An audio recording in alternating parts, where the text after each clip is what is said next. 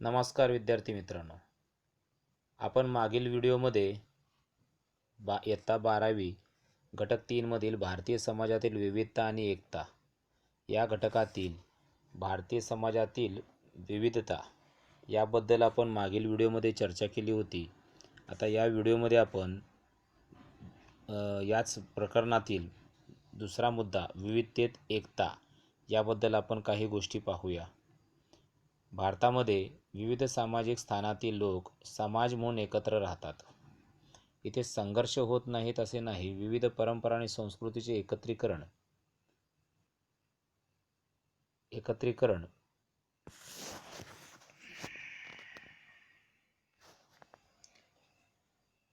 हे भारतीय समाजाचे वैशिष्ट्य आहे.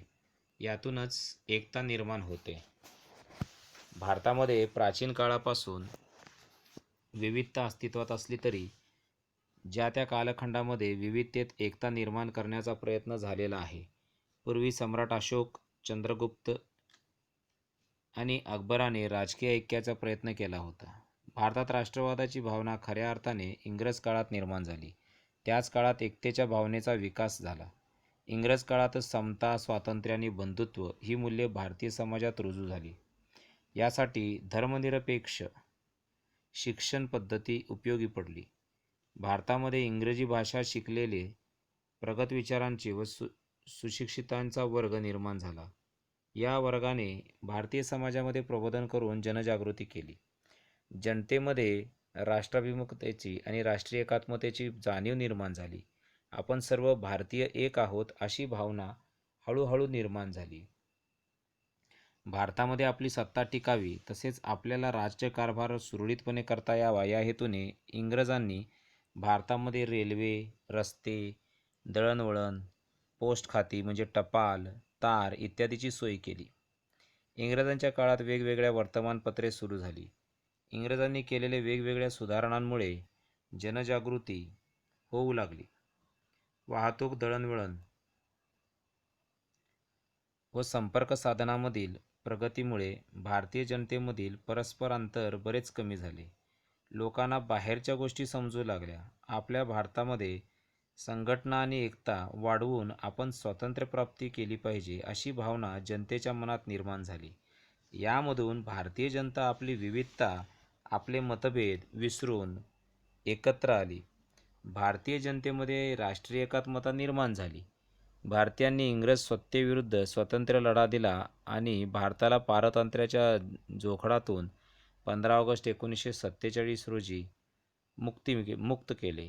नंतरच्या काळात चीन आणि पाकिस्तानने भारतावर आक्रमणे केली. त्याही वेळी भारतीय जनता खंबीरपणे एकत्र आली आणि आपल्या स्वातंत्र्याचे रक्षण केले. आता एकंदरीत आपण स्वातंत्र्यपूर्व कालखंड आणि आत्ताचा कालखंड जर पाहिला तर याच्यामध्ये आपल्याला अनेक अशा काही घडामोडी जाणवतील ज्याच्यातनं आपल्याला राष्ट्रीय एकात्मतेची जाणीव प्रत्येकामध्ये असल्याचंही आपल्याला दिसून येतं. डॉक्टर डी पी सिंगल यांच्या मते इंडिया अँड वर्ल्ड सिव्हिलायझेशन या पुस्तकात विविधतेतून एकता हे सूत्र भारताच्या संपूर्ण इतिहासात दिसून येते. भारतामध्ये प्रादेशिक, भाषिक, धार्मिक, जातीय या धर्तीवर प्रचंड विविधता आहे. त्यामुळे एकतेचे चित्र मात्र गुंतागुंतीचे होते. तथापि अशी विविधता असली तरी त्यामध्ये छेदात्मक एकता देखील आहे. राष्ट्र म्हणून पुन्हा पुन्हा एकजूट होण्यासाठी अशा एकतेची उपयोग होतो. याचा नेमका अर्थ काय? तर भारतामध्ये संपर्कात आलेल्या विविध संस्कृतींना सामावून घेण्यात आले. त्याबरोबरीने भारताची खास भारतीय संस्कृती देखील जपली गेली. या बाबींनी अनेक अभ्यासक आश्चर्यचकित झाले आहेत. भारतावर असंख्य आक्रमणे झाली तरी भूतकाळातील विचारांना आणि गोष्टींना मात्र जतन केले गेले. जवळजवळ 2000 वर्षापूर्वीपासून भारतामध्ये राजकीय एकता प्रस्थापित करण्याचा प्रयत्न करण्यात आला. अशोक, हर्षवर्धन, विक्रमादित्य, अकबर या राजांचे प्रयत्न हे याचे उदाहरण आहेत. इतक्या विविधतेत देखील आज भारताने राजकीय लोकशाही पद्धती स्वीकार केला आहे. यातूनच विविधतेत एकता हे सत्र अधोरेखित होते. डी.पी. सिंगल यांच्या शब्दात समाजातील एकतेची शक्ती रक्तातील लाल पेशींसारखी आहे. त्याचे प्रमाण एका ठराविक पातळीपेक्षा वाढून किंवा कमी होऊन चालत नाही. हे संतुलन राखून ठेवायचे काम सोपे नाही. आता ही जी एकतेची प्रक्रिया आहे ती स्वातंत्र्यपूर्व कालखंडापासून आपल्याला जाणवते. ब्रिटिश आले, जे अनेक आक्रमणे झाली, त्यानंतरनं ब्रिटिश आले, पण या सगळ्यामधून आता पुढे भारताला या सर्व गोष्टींची गरजच का भासली, तर एकतेची आवश्यकता आपल्याला का आहे, तर सांस्कृतिक वारसा दृढ आणि संपन्न करण्याकरिता, भारतीय समाजातील बहुविध विविधतांचे जतन करण्याकरिता, सर्व नागरिकांचे मानवी हक्क जपण्याकरिता, कामाच्या स्थानी संघटनेचे किंवा समुदायाचे मनोधैर्य उंचवण्याकरिता, परिणामकारक आणि समावेशक संवादाकरिता, संघर्ष निवारण्याकरिता, शांततापूर्ण सहनिवासाकरिता, जाती, पंथ, लिंगभाव, वर्ण, आर्थिक वर्ग, संस्कृतीचा उपरोक्ष सर्वांचे कल्याण करण्याकरिता आणि आपली भूमी आणि येथील रहिवाशांच्या समृद्धतेकरिता. आता आपल्याला या सर्व गोष्टींना जर पूर्ण करायचं असेल तर आपल्याला अनेक गोष्टींमध्ये असलेली विविधतेमध्ये देखील आपल्याला एकता शोधावी लागेल आणि त्याला अनुसरून आपण जर वागलो तर आपल्याला राष्ट्रीय एकात्मता घडवणे सहज शक्य आहे. आता इथं भौगोलिक एकतेनुसार जर आपण विचार केला तर इतर सर्व देशांप्रमाणे भारताच्याही नैसर्गिक सीमा आहेत. उत्तरेकडे हिमालय रांगा आणि दक्षिणेकडे समुद्र या नैसर्गिक सीमा आहेत. भारताच्या विविध भागातील हवामान वेगवेगळे आहे. मान्सूनचा ऋतू मात्र संपूर्ण भारतात आहे. शेती करण्याच्या पद्धतींमध्ये एक प्रकारची समानता आढळून येते. पेरणी आणि कापणी करण्याचा काळ समान असतो. नद्या, खनिजे आणि वने यासारखी नैसर्गिक साधनांचे भारतात सर्वत्र आढळतात. या नैसर्गिक साधनांवर समान अधिकार असल्याने सर्व लोकांमध्ये एकतेची भावना निर्माण होते.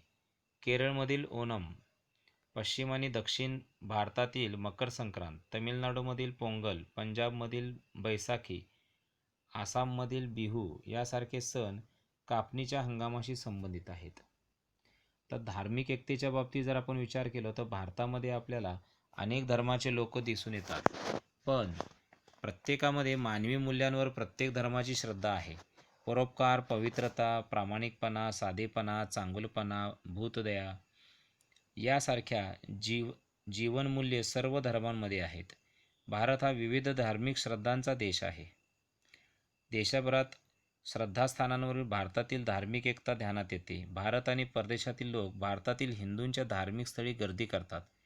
उत्तरेकडील बद्रीनारायण, पश्चिमेकडील द्वारका, दक्षिणेकडील रामेश्वर आणि पूर्वेकडील पुरी, सिखांचे अमृतसरमधील सुवर्ण मंदिर, वेल्लाकन्नी येथील ख्रिश्चन चर्च, कोची किल्ल्यावरील ज्यूंचे उपासना स्थळ, मुस्लिम फकीरांची समाधी आणि अजमेर दर्गा अशा भारतात अनेक जगातील स्थळांना पर्यटन भेटी देतात.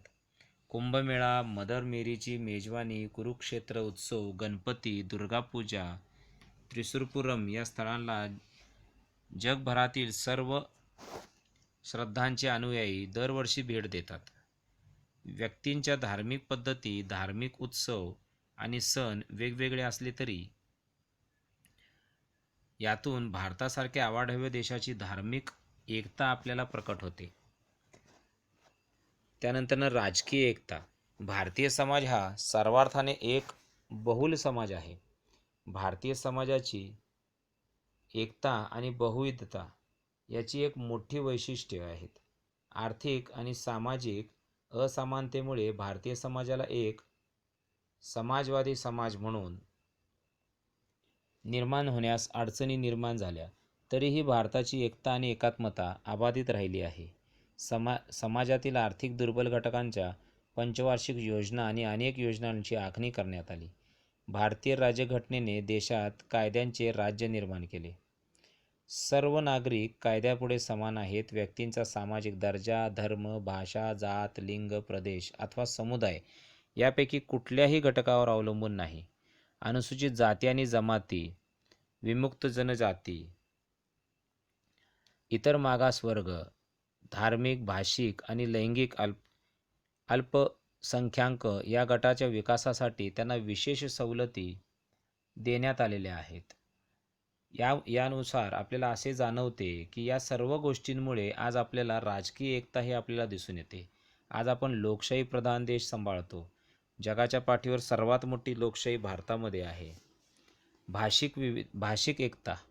भाषिक एकता म्हणजे देशातील प्रादेशिक अथवा राष्ट्रीय अशा प्रत्येक भाषेचा समान मान्य होय.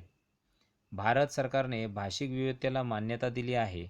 काही भाषा आणि विलोपनाच्या मार्गावर आलेल्या बोलीभाषांचे जतन करण्यासाठी शासनाने विशेष तरतुदीही केलेल्या आहेत. राज्य शिक्षण मंडळाच्या त्रिसूत्रीमुळे केंद्राशी जोडून राहण्यासाठी हिंदी आणि इंग्रजी भाषा, बाह्य जगाशी जोडून घेण्यासाठी इंग्रजी भाषा आणि राज्यांचे संपर्क करण्यासाठी प्रादेशिक किंवा स्थानिक भाषा अशी ही त्रिसूत्री आहे. अभिजात भाषा आणि भाषिक अल्पसंख्याकांच्या भाषांचाही अभ्यासक्रमात आपल्याला समावेश झालेला आहे. विविध शैक्षणिक मंडळांमध्ये विद्यार्थ्यांना परीक्षा देण्याची भाषा निवडण्याची देखील मुभा आहे. उदाहरणार्थ मराठी, हिंदी, उर्दू, गुजराती, कन्नड इत्यादी. दूरदर्शन आणि आकाशवाणी यावरील वेगवेगळ्या भारतीय भाषांमधील कार्यक्रमांचे प्रसारण देखील होते. हे कार्यक्रम करोडो लोकांपर्यंत पोहोचावेत हा त्यामागचा उद्देश असतो. देशातील बहुविध भाषा लोकांमध्ये भाषिक एकतेची भावना निर्माण व्हावी यासाठी पावले उचललेली आहेत. आता भाषा त्रिसूत्रीवर आपण पाहिलं तर सन 1961 मध्ये मुख्यमंत्र्यांच्या परिषदेत भाषा त्रिसूत्री तयार करण्यात आली. कोठारी समितीने 1964 ते 66च्या त्रिसूत्रीचे परीक्षण करून शिफारसी केल्या. या योजनेनुसार शिफारस करण्यात आलेल्या 3 भाषा पुढीलप्रमाणे. पहिली भाषा म्हणजे प्रादेशिक किंवा आपली मातृभाषा. दुसरी इंग्रजी किंवा आधुनिक भारतीय भाषा. हिंदी भाषिक राज्यांमध्ये हिंदी किंवा इंग्रजी, हिंदी भाषिक नसलेले राज्यांमध्ये. तिसरी भाषा इंग्रजी किंवा आधुनिक भारतीय भाषा हिंदी भाषिक राज्यांमध्ये. हिंदी भाषिक राज्यांमध्ये इंग्रजी किंवा आधुनिक भाषेत भारतीय भाषा ही दुसरी भाषा म्हणून अभ्यासली जात नाही. गैर हिंदी भाषिक राज्यांमध्ये. भारतातील बहुतांश राज्यांमध्ये त्रिसूत्री लागू करण्यात आलेली आहे. सांस्कृतिक एकता देखील आपल्याला खूप महत्त्वाची आहे. रूढी, परंपरा, रीतिरिवाज हे तर आपल्याला प्रत्येक ठिकाणी बघायला मिळतातच, पण सण वार परंपरा ज्या आपल्या आहेत त्यामध्ये आपण एकता आणि विविधता या दोन्ही गोष्टी असताना देखील आपल्याला या सर्वांचा विचार करून विविध समुदायांच्या वैचारिक व्यष्टीकरणामध्ये दिसते. दिवाळी, ओणम, रक्षाबंधन, ईद, नववर्ष, ख्रिसमस यासारखे सण देशभरात साजरे केले जातात. विविध संत, लेखक आणि कलाकारांनी उदाहरणार्थ अरविंदो, मदर टेरेसा, बाबा आमटे, रवींद्रनाथ टागोर, भीमसेन जोशी, आरा निझिम इझाकील यांच्या आजीवन कार्यातून एकतेचा संदेश दिला आहे. याबरोबरच हेतू आणि भावनांची अस्मितेचाही आपल्याला इथं जाणीव निर्माण केली आहे. भारतामध्ये अजूनही विविध प्रकारची विविधता आहे. ही विविधता भारतीय समाजांचे वैशिष्ट्य आहे. आपल्यातील विविधतेचे वैभव आपण जपणे आवश्यक आहे. भारताचा खंडप्राय विस्तार आणि मोठी लोकसंख्या याचा विचार करता भारतात विविधता असणारच. विशेष म्हणजे या विविधतेबरोबरच भावनिक एकता निर्माण करून ती जोपासायला आणि वाढवायला हवी. आपल्या भारतामध्ये असणारी सांस्कृतिक आणि सामाजिक एकता निर्माण करून ही मतभेदावर मात करून टिकवायला हवी. भारतीयांमध्ये जरी धर्म, प्रांत, जात, भाषा, वंश इत्यादींबद्दल जरी भेद असले तरी हे भेद न मानता एकमेकांच्याबद्दल आदर आणि जिव्हाळा बाळगायला हवा.